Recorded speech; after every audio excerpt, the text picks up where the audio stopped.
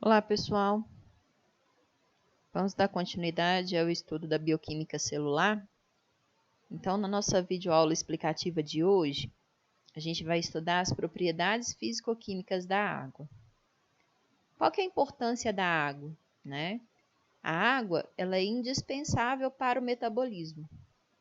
E eu não sei se vocês já ouviram esse termo antes, mas metabolismo faz referência ao conjunto de reações químicas que acontecem nos seres vivos.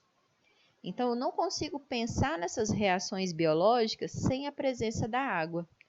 Ela vai atuar como reagente, muitas vezes ela vai ser produto dessa reação, ou simplesmente ela vai ser um meio para que essas reações aconteçam.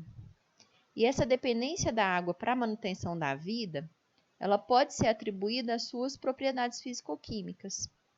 Então, a gente vai falar um pouquinho sobre coesão, adesão, solvência, calor específico, capilaridade e existem outras propriedades físico-químicas também. O que seria essa polaridade da água? Quando a gente avalia aqui a estrutura química da água, a água é formada de 2 átomos de hidrogênio e um átomo aqui de oxigênio que está representado em vermelho. E o que acontece? O oxigênio ele tem carga negativa, que é representada aqui por esse símbolo de carga parcial negativa. Enquanto os hidrogênios, eles apresentam uma carga parcial positiva, né? E essa separação de cargas, ela garante essa polaridade da molécula da água. E quando a gente fala dessa polaridade, ela acaba fazendo com que as moléculas de água se atraiam, né?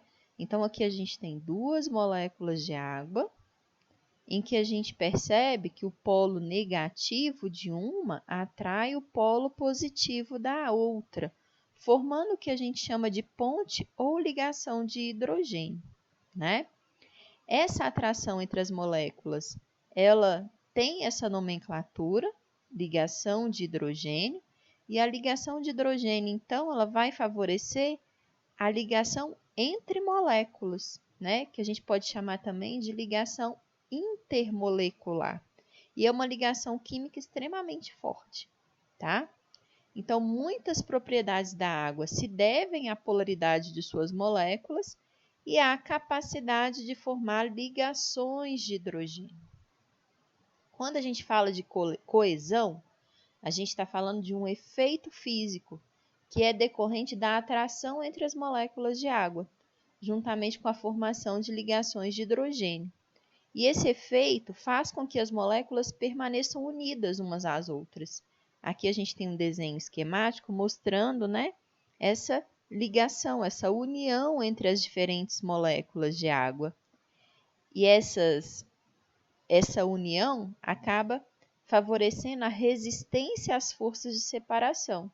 E isso vai explicar a formação das gotas d'água, né? Então, aqui a gente tem, por exemplo, uma teia de aranha, provavelmente aqui após um período de chuva, em que essa tendência à polaridade e à união, né, entre moléculas de água através de ligações de hidrogênio acaba por formar as gotas d'água, né, que nada mais, nada menos são do que várias moléculas de água unidas, seja pela sua polaridade, seja pela sua capacidade de interação, né, pelas ligações de hidrogênio formadas.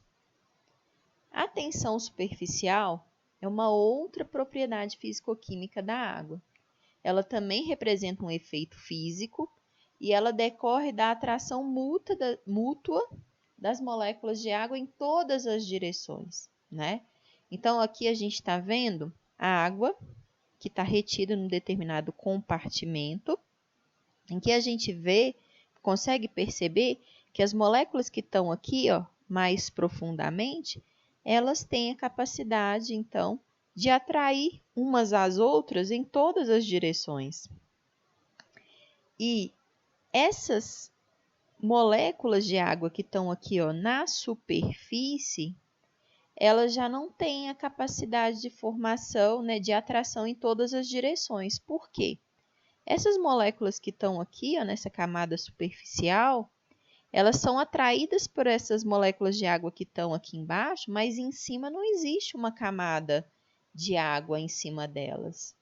Então, há nessa camada superficial uma força resultante para baixo que acaba criando esse efeito de tensão superficial em que essa camada de água ela vai acabar se comportando como se fosse uma membrana flexível. E isso na natureza pode ser observado, né?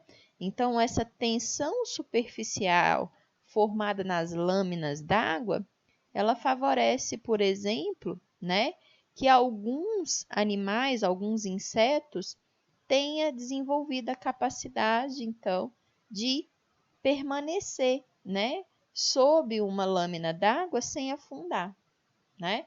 Por quê? Porque ele distribui o seu peso de forma a não exercer uma força maior do que a tensão superficial. Então, eles conseguem permanecer aqui, ó, uma vida inteira.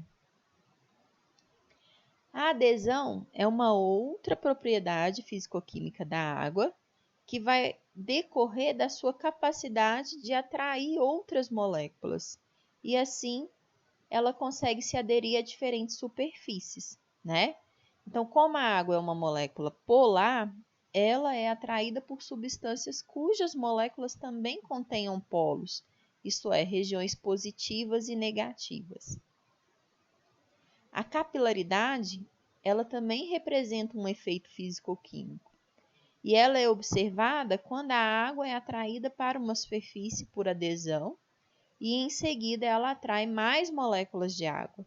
Então, quando a gente tem um canudinho, por exemplo, a gente consegue perceber que a água ou qualquer outro líquido consegue subir pelas paredes do canudo, né? Por quê? Porque na capilaridade, a água move-se espontaneamente para espaços muito estreitos, de forma ascendente. E essa capilaridade ela está associada à forte coesão entre as moléculas de água, que vai justificar a ascensão das moléculas de água pelos vasos condutores de água, por exemplo, nas plantas, né? Então, às vezes a gente vê uma árvore que ela tem 30, 40 metros de altura. E as plantas, elas absorvem água através das suas raízes, né? Então, existe uma diferença de concentração entre a raiz e o topo. Existem canais, né, vasos condutores chamados de xilema, que são especializados na condução de água e de sais minerais nesses vegetais. Em decorrência dessa forte coesão associada à adesão e à capilaridade, a água consegue subir e vai hidratar a célula mais ao topo dessa árvore. A água também é considerada um solvente universal. Por quê? Porque ela consegue dissolver uma grande quantidade de substâncias que podem estar em todos os estados físicos. Ela dissolve líquidos, ela dissolve gases, ela dissolve sólidos. E essa propriedade ela pode ser atribuída tanto à polaridade quanto à capacidade de formação de ligações de hidrogênio. Porém, a água ela não dissolve qualquer tipo de substância, né? A gente percebe que moléculas grandes e sem carga, como os óleos e as gorduras, não são dissolvidos pela água, né? Por isso que a maior parte das reações metabólicas dos seres vivos ocorre em meio aquoso, ok? E ela também vai exercer, muitas vezes, a função de transportadora de substâncias. O calor específico é uma propriedade físico-química que talvez você já tenha estudado com a Nayade. O que é calor específico? Né? Eu posso definir calor específico como a quantidade de calor necessária para aumentar em 1 grau Celsius a temperatura de 1 grama de qualquer substância. E a água ela tem um alto calor específico, pois parte da energia que é fornecida às moléculas de água ela é usada para quebrar as ligações de hidrogênio, que são interações intermoleculares, ou seja, entre moléculas fortes, né? Então, como essas interações são fortes, parte do calor que eu forneço para a água, ela não é usada para aumentar a sua temperatura, e sim para romper essas ligações de hidrogênio que unem umas moléculas às outras. E isso é extremamente vantajoso para os seres vivos que não fervem, né? As moléculas de água presentes no seu organismo mediante um aumento de temperatura corporal. Então, por exemplo, numa situação de febre, de exercício físico intenso ou de exposição excessiva ao sol, existe uma tendência natural no nosso organismo de produzir mais calor do que o normal. Se eu retiver esse calor, a minha temperatura corporal vai sair da normalidade e vai aumentar. Esse aumento de temperatura é ruim para o meu organismo porque as minhas enzimas elas estão acostumadas a trabalhar numa temperatura de entre 36,5 e 37,3. Acima desse valor, as enzimas não funcionam bem, né? Então, como um mecanismo natural de controle dessa subida de temperatura, a gente doa o calor excessivo para as moléculas de água.